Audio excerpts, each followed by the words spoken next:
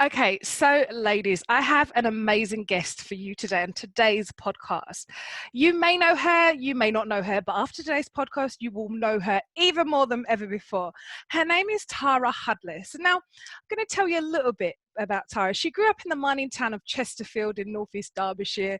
She went to the normal secondary school with no sixth form and an uninspiring view of careers for women in STEM, which was very sad for her at the time, because she'd always been a bit of a science nerd. So she did her A-levels at the local college, secured a place in university in Buckinghamshire, and after a year transferred to Sheffield Hallam University, where she completed her degree in recreation management.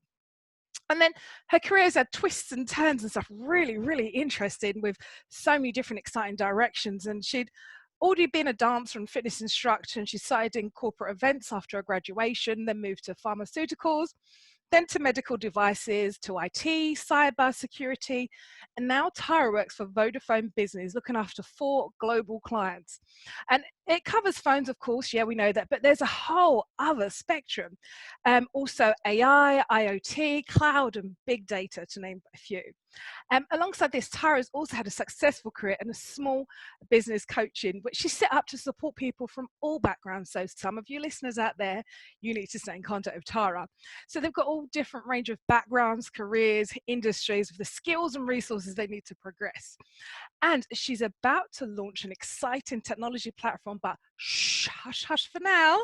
She'll let you know when it's time to know. So welcome, Tara, to the podcast. Thank you very much. That was a very vibrant introduction. One of the best I've had, I think. You're welcome. You're welcome. So how are you doing today, Tara? Yes, good. I hear on the radio this morning that we are about to be let loose back into restaurants and stuff. So that's both exciting and terrifying at the same time. But yeah, I'm all very good. excited. I'm excited to go out and about. Well, I've been going out and about here and there, but definitely to go full throttle, definitely. Yeah. I think because we've not been allowed to go, I'm like, oh no, I want to go now. Yeah, I've never wanted to go to a pub so much as I do on a sunny day now when I'm not allowed. Yeah.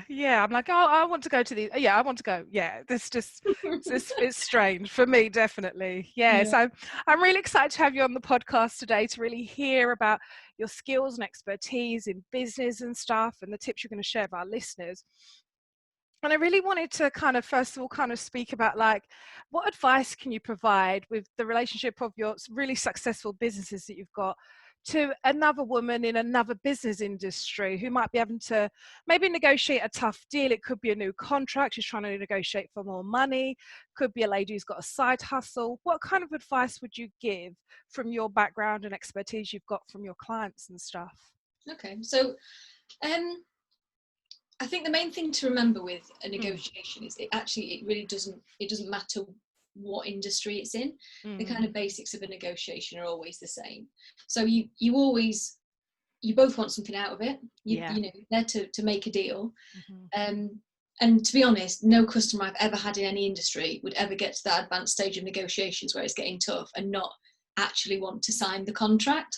So I think it's the same thing with interviews, right? You know, if you get down to interview stage, they've already looked at your skills and gone, oh yeah, we really think this person can do the job. Now we're here to see if they fit the role. And it's the same thing with a negotiation. You know, they already want what you're selling or providing. You just need to nail down those final details. So I think what I would suggest is that you really remember what the key performance indicators are of the person or people that you're speaking to. So what are they being measured on? What are they trying to achieve? And is what you're offering or negotiating going to be able to help them tick that box? Because if it's not, then they're not going to be able to sign it. And I think the kind of final thing I would say about that is to make sure you keep it consultative. So when you go into a negotiation, it's not a fight, it's a courtship. You know, you're trying to work together. So, you know, becoming aggressive and difficult in those final stages is certainly not going to help your relationship after the contract's signed. So, you know, keep asking the questions, keep the conversation flowing, and I think that's probably one of the most important things. Yeah, that's really, really helpful, because I think sometimes when the pressure is on, definitely trying to negotiate, that final contract or more money, etc., you can kind of think, right, I'm just going to go in there and fight. But I like the advice that you've said, like when you're going in there, ask questions, keep the conversation going, because otherwise you get to this kind of stalemate, lockhead thing, and it Yeah. just doesn't progress, and you just kind of leave feeling a bit sour and stuff. It's really easy to do as well, particularly if you are in a corporation. So I've worked in some really big, FTSE 100 companies in my career. And it's not just you negotiating with a customer, it's governance and finance and legal, commercial. Yeah. So they're all on your back, wanting this to be signed. Yeah. And so, of course, you're getting, stressed up and just like angry with it and kind of wanting to move the process forward. But it's just really important that you don't put that on somebody else. And if it was a pay negotiation, you might be in a situation where you really need that extra money, but actually that's not their problem, that's your problem. Yeah. All you've got to do is tell them what they get out of giving you that money. It's not making it all about you and how you feel.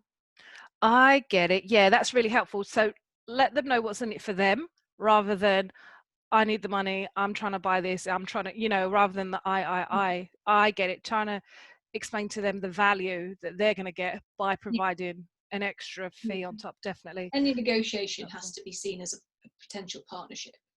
Yeah, potential partnership. I like that. Definitely. Yeah. And always kind of going in with obviously it's never going to be win-win equally, but to get the best for both sides, whatever that can be, isn't it? Yeah. Definitely. I like that advice, definitely. And then I was thinking as well, because I have a lot of ladies who listen, who maybe have a corporate job or a job that they don't really like in a 9 to 5, and they've got a side hustle on the side. So this is becoming quite a popular trend of women who I speak to and stuff. So I was thinking, what advice would you give for a side hustle businesswoman who's about to take her yearly appraisal, and how to clearly express herself on the value that she adds to the company and why she needs that raise? So it's kind of leading on from what you've just said about, that question before. So I've had a side hustle now for 15 years. Wow. And I've had 3 different businesses, and I'm about to launch a 4th. So I've had a lot of experience of this. And it can be a bit of a tightrope kind of balancing act, because you don't want your employer to be given the impression that you are dedicating loads of time to this thing that has nothing to do with them. And purely from protecting yourself point of view, what I would say first of all is make sure that if you have got a side hustle and you're going to in any way use that to bolster your position, that you make sure that your contract allows you to have a side hustle. So I had to register my outside interest with the company that I work for, so that they can check it's not a conflict of interest. So obviously if I set up a telecoms consulting business and I was then giving people advice to go to a different company, that's not just make sure that you are completely covered and safe within your contract. That's the first thing to say. I would also always make sure that they know your day job is still high priority. It might not be your only priority, and I think companies are becoming more open to the idea that people have got outside interests, or they value their health and well-being much more. But just make sure they do know that your role there is important to you. And start with expressing the things that you do really well in role first. So don't go in there and be like, oh, I'm on the board of directors at this, and so you should give me a massive raise, because they again probably aren't going to really care. They know is that you're doing your job really well, that you're outperforming your targets, or any key performance indicators that you might have. Start with that first. I mean, there's lots of things that you can do extra to your job inside of work. I mean, I've in at least 3 of my corporate jobs ended up giving some kind of dance or fitness class during it. So, and not for money or anything, just because you do it and it's a bit of fun, and you just add extra value to the company. So always start with that. Show progression that you've made in the last year, so that you can see that you're doing more than you were previously. Then at that point I would augment your ideas from that with anything outside. So, Mm-hmm. you know, you might be on a board of governors, or you might have a side hustle, like you said, or, I mean, there's all kinds of things, volunteering, but if the things that are relevant from that are the skills that you can transfer. So if you've demonstrated really strong leadership skills, or really strong financial management, or something that's not core to your day job now, but you could use, then that is when I would bring those examples in. Okay. So it's about making it relevant to the job you do, or a job that you might want to do at the company in the future. And then the final thing is, be really clear what the return on investment is for the company, investing that money in your salary. So if you're saying, I want an extra £5,000 this year, they're going to want to know what they're getting back for that. And that's the key, really, to a pay negotiation, is you're to pay you more, so they're going to want to see some extra value from that. And teach them what that is. Yeah, definitely. That's really, really helpful, because I know when I was in my other corporate job, like June, July would always be the time halfway through the year for that yearly appraisal and stuff. And I like that you said as well, make my employer know, just by saying that my 9 to 5 job is a priority. It may not be the only priority, but it is definitely a priority. Because I know that sometimes in the past, when I'd expressed about like all the value that I can add, I may not have made it sound as if my 9 to 5 job was a priority at the time. And I like that you said, like, express what you do well in the role, and how meeting and exceeding the KPIs and the progress from the last appraisal, etc. And the value that the side hustle and the outside volunteer work, support work, things done outside the work. And I like is what you said, showing the relevancy of the skills gained outside and how they add value to the job. Then that's what you use to negotiate. I need, an extra £5,000 because I'm bringing these extra skills in, etc., than what I had previously. I really love that, showing the relevancy and like, what do they get out of it? Because people want to know, I'm going to pay you this, what am I getting out of it? Really, really key. I like that. That's the thing. I mean, an employer will be impressed that you've taken it upon yourself to learn new skills, or take courses, or whatever it is that you've had to do to be able to develop your business. But if they can't get anything out of that, then it loses its impressiveness. Then it's just like, oh, well done, that's a really fun hobby, It's all about the relevance of it.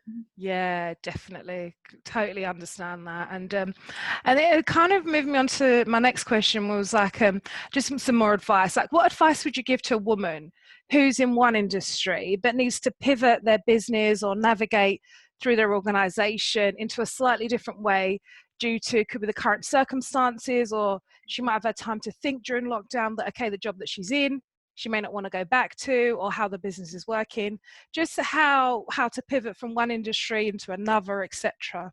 Yeah, so as you probably realise from my bio, I've done a fair amount of pivoting in my career.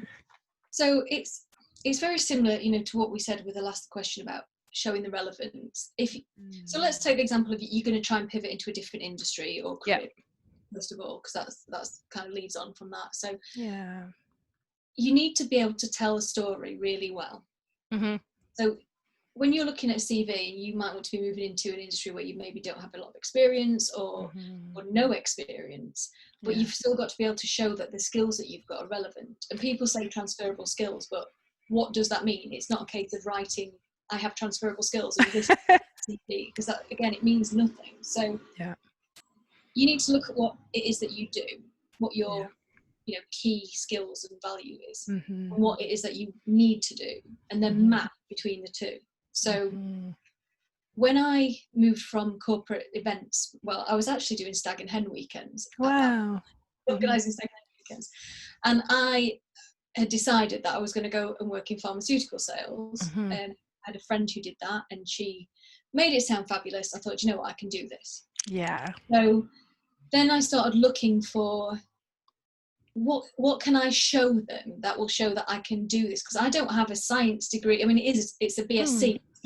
It's not chemistry or biology. So it's a bit of a stretch from that point of view. But I was already working in sales, so I'd got solid sales figures that I could show, and I'd done exercise physiology and anatomy as part of my training to do fitness teaching. And so I managed to convince them that actually I could learn the clinical stuff and I could already sell. So actually all they needed to do was tell me what their part of it was, and then I could, do the both together. So it's finding that story that will convince somebody who's going to give you a job where that transfer is going to happen.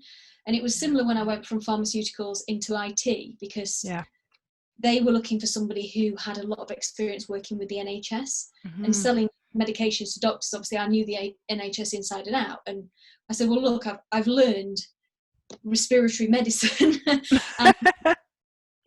I know the NHS, so you tell me about IT and then that'll work fine. We'll just, and I went to some demonstrations and pictorials of quite technical, and anatomical and pharmacology and things like that, and put them up in my interview so they could see the kind of technical detail that was needed to do the pharmaceutical job. So that worked quite well from that point of view. And then I think if you're looking at it from another way, 'cause I know obviously with lockdown, a lot of companies aren't going to go back to the way they were. So, and a few of my coaching clients actually recently have had to make a pivot. So things like moving yoga studio classes online. Finding new ways of doing things, like giving demonstrations of how to give yourself a facial online and things like that. It's identifying what you can do differently. I'm very lucky that I have a work from home contract at my day job. And I've worked from home pretty much for 12 years now, apart from 1 year that I was in the office in London. And that does work. So my job does work doing this. I sometimes drive out and see clients, but in the main, I can do what I do here. And it's the same with coaching. I mean, even before lockdown, I really didn't meet people face to face, apart from if they were people very local to me. So you have to think about what you can put online, what you can change. Can you do your job? Let's say you don't want to go back to the office. Can you do it from home? Is there an incentive for your company to let you do that from home?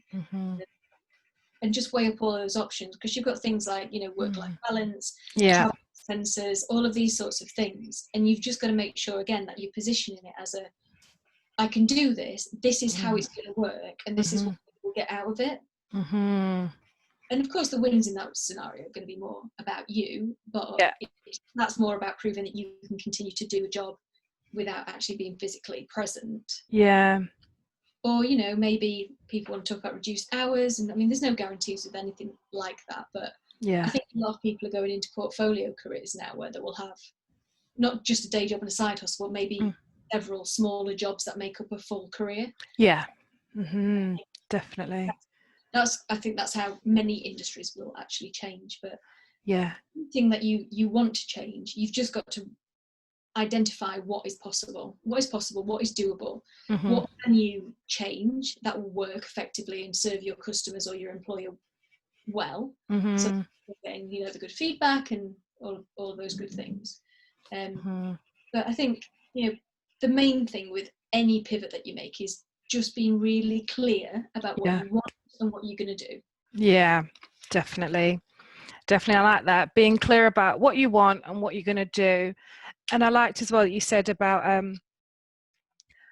identify like what can you do differently. I like that you gave the example of your yoga clients where they may have had face-to-face studios sessions, and now it's kind of doing the sessions online, etc., and online facials and stuff. And I like that it's still the same service but just delivered in a different method and stuff. And really, one of the ladies she's done these amazing kind of rescue packs. So she's got a beauty studio, and she's done facial in a box, a pedicure in a box, manicure, and then an all over the body one, and just some salon products in there with all the tools and kit and instructions that you need, and then she's delivering them door to door.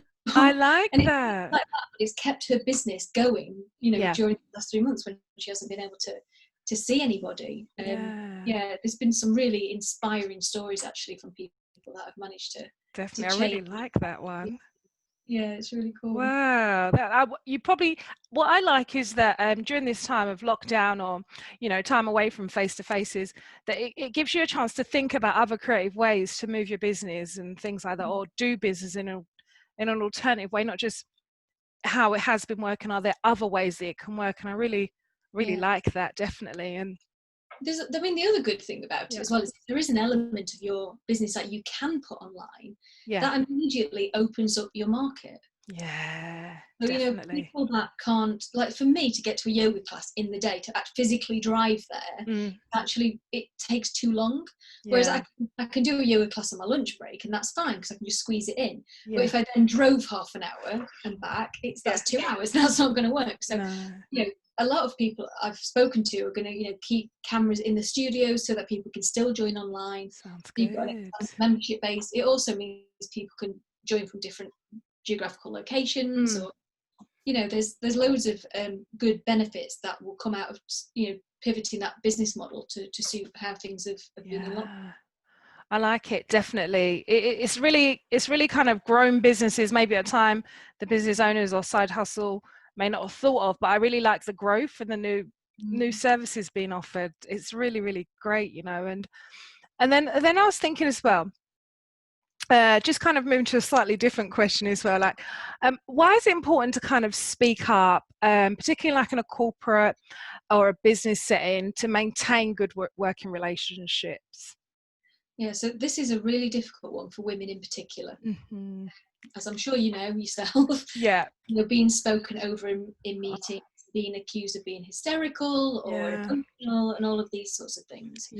And I've got, again, a couple of clients who've told me that when they meet people at business networking, they assume she's somebody's secretary. They don't assume that she owns the business and things like that. And so you've got to be really careful how you say things, but you definitely should say something. And I think there's all kinds of techniques around breathing and voice and all these sorts of things. And that's my specialist area, but it does always help to kind of take a deep breath and ground yourself before you try and say anything. And after many years of frustration being spoken over, I'm in a male-dominated industry. This happens to me all the time on the phone, and I just say, "Excuse me, do you mind if I finish my point?" Oh, because it's not aggressive. No, I'm not shouting at them.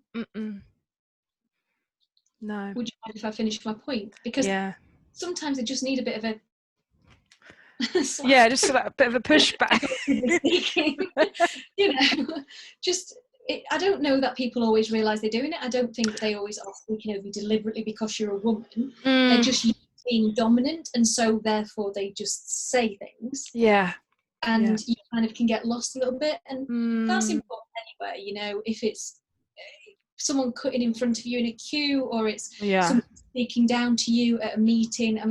I look quite young for my age, and people do tend to talk down to me quite a lot. I've struggled quite a lot with that in my life. Although since lockdown, I'm starting to go grey, so people start to be able to tell how old I am now. It is important, because if you, first of all, if you let people take ownership of your ideas, then you're not getting your ideas out there. They're stealing it from you. So it's important that what you say is heard. And a good example there would be if you say an idea and then your male colleague, or any colleague actually, then says it out loud and they get recognised for it, is to say, "Thank you for reinforcing my point." You cannot let people get away with it, because they're your ideas, and that's how you're going to be known and recognised. There's also liability. If you are, particularly when it's anything that's financial or legal, if you think something isn't right, don't feel you should speak up, you should still speak up, because if you've spotted that and something's wrong, then that is kind of on you. So you need to make sure that from that point of view, you say what you mean. And respect as well. Don't allow people to treat you like a little girl. You don't deserve that. It's not fair. So you don't have to shout or scream or be aggressive or insulting, anything like that, but just say, "I would really like to finish my point," and doesn't need to be anything more complicated than that. Definitely. I really like that, just to say, I'd like to finish my point, because like what you said, some people, they may not be aware that they're quite, well, some of them are, they may not be aware that they're quite dominant and like to kind of over talk or say what you've just said, etc. And also the part of saying like, thank you for reinforcing my point. That's good as well, to kind of take back the ownership of like, that was your idea, you said it, but someone else said it as well. And just to really, claim that, and really really just to always speak up, particularly like you said, in particular industries like financial, legal, where there's legislation where things are someone's responsibility to say something, and not to just kind of think, oh well, I never get heard, but to just always speak up. And even if really you've like spotted that. something and it turns out that it is correct, Yeah, at least you didn't let it just slide through without checking it. There's nothing wrong with checking details or asking for confirmation or clarification on things. There's people respect you more for clarifying. yeah, You shouldn't feel like definitely. you're making yourself look like you don't know. Yeah, Nobody yeah. knows. No, definitely not. Definitely not. And I think it's better, like what you said, to speak up and let it be noted. And then rather than it go wrong and then you knew and you didn't mention anything, then that gets found out later. Yeah, Definitely think it's important to speak up. Yeah. And then that was one of the questions I wanted to speak about. And then I wanted to kind of speak about like yourself with your business, like what's happening, anything exciting or something you think our listeners be interested in for the rest of 2020, what you're working on. Yeah. So I think the main crux of my coaching business is that as you probably gathered, I came from a working class background. I wasn't really around people in business that much. So growing up, I didn't really have any ideas of what jobs I might want to do, or any role models or people that I could kind of call on for advice or contacts and things like that. And to be honest with you, when I was at school, there wasn't social media. It wasn't like that. So you kind of, it was a bit of a boys club, and you kind of got a pat on the back and moved up the company and all that sort of stuff. And things are changing now, so that's good.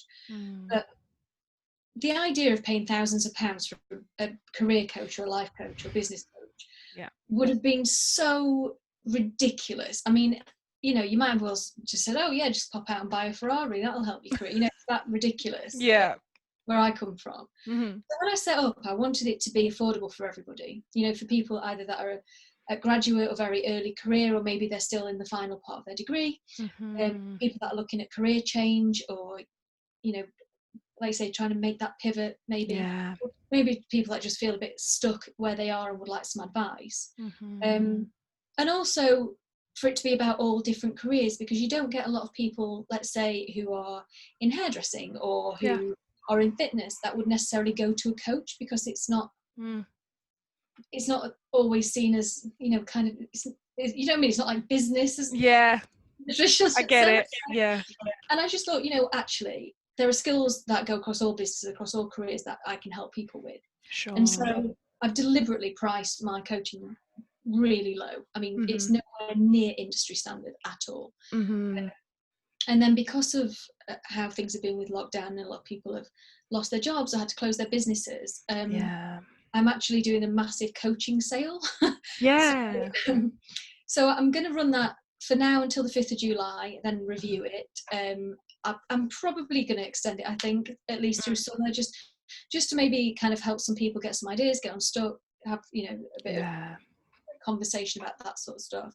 And I do also offer half an hour free consultation where you can just get to know people and then assess if it's my skill set is right, and if it's not, I'll say so. I don't, I'm not going to take people's money knowing full well I'm the right fit for them, and I can, hopefully try and recommend somebody else. So I think the sale is the main thing. It really is very cheap. You should definitely have a look at it. I'm restarting a blog that I do as well. So part of last year I did a blog called These Three Things, where every Sunday I would feature a different business owner, a different just ask them. It's 3 really simple questions, but it kind of gives them the opportunity to talk about their business, their background, just what inspires them. So I'm going to start that up again as a monthly feature, just so I can make a bit of space for other teachings and things going on. And then finally, I will give you a little teaser. So I've been working for quite a while on a mentoring platform. So I'm going to set it up as a free resource at first, and it will need people. So I'll actually be looking for test customers soon, just to work through the online sort of signing in process, creating your profile, matching and stuff. So what it's aiming to do is take people from any industry at any stage in their career and match them with either a mentor or a mentee. So people for people. So it's a bit like, I guess, a bit like Tinder, but for mentoring and not creepy. So so people just put in, you know, what skills they want to learn, what their background is, how long they've been in work, that kind of stuff, just to give them an idea. And then those people will chat online. Hopefully, I'm encouraging people not to meet in person, just in case of weirdos. Yes. But yeah, just so they can find that mentor more easily. Because one thing you hear time and time again as a woman in business is, oh, you need to get a mentor, but then, oh, but you can't just ask someone to mentor you. Yeah. It's just really hard. And we've all got jobs and lives and, you know, kids, dogs. Yeah, everything. I want to go to. So I just want to make it simple. And then I think hopefully as time goes on, I'll start to, become more of an agency for coaches as well. So people can find, kind of one-stop shop and stuff like that. But for now, I just want to get the free platform up and running so people can start and get some help with their careers. So sounds good. Sounds exciting, definitely. And so then how do our listeners kind of stay in contact with you? Where do you hang out online and stuff? Yeah, so my website's kind of the single source of information, which is just tarahuddless.com. Very easy. I'm also on Instagram, I'm on Twitter, I'm on LinkedIn, and I do have a Facebook page for my business as well. There is a YouTube channel. And fun fact, I'm a Google whack, so there is only one Tara Huddless in the whole world. Wow! So if you Google Tara Huddless, you will definitely find me. It's a blessing and a curse. Gives you nowhere to hide, but it is a pretty strong in terms of brand. So definitely, anyone trying to steal it. So there's only 12 Huddlesses in the entire United Kingdom. So it's my family, another family, and that's it. Wow, that's amazing. Wow, that's amazing. Yeah, just thank you so much for coming on the podcast today, just with everything that you shared, just your whole kind of huge, vast experience and career as well, and just kind of going through everything about, you know, going into negotiation, as a partnership rather than me, and I really love that. And particularly like at times of appraisals and explaining to like the employer that, you know, the 9-to-5 job is a priority, and then the value that you add into that. And I loved as well the parts that you're saying about when we talked about, you know, pivoting a business, identifying what you do differently, what can be moved online or just worked in different ways, and explaining how it's going to work, how it's going to be a win for the company, etc., and what's possible, what's doable. I really loved that as well. And then I liked as well the part of you saying, like, you know, like when just trying to explain something, when you're trying to communicate and just say, just really simple, excuse me, can I finish my point? Or thank you for reinforcing my idea. Just simple things like that, just to pull people back in that it was you that was speaking, you haven't finished speaking as well. And really, really good. When you do that, actually, you know, the first time you feel like, what do I do? But yeah, I mean, I've gotten pretty good at it now. So. Yeah, definitely. It's been really great speaking to you, Tara. I've really learned so much. Thank you so much for your time coming on today, and I really hope all the listeners kind of get in touch with you with all the exciting things happening. I really love the mentor-mentee platform. That's really, really well needed and stuff, so that people can just find each other. I really, really like that. Yeah, whatever the industry. Going out in July, hopefully by then it will be live. So I'll put all the details of that on my website as well, and also on Instagram and Twitter. So brilliant. Excellent. Thank you so much, Tara, for coming along today, sharing all of your information. It's been really, really great speaking to you today. You too. Thank you. Thank you.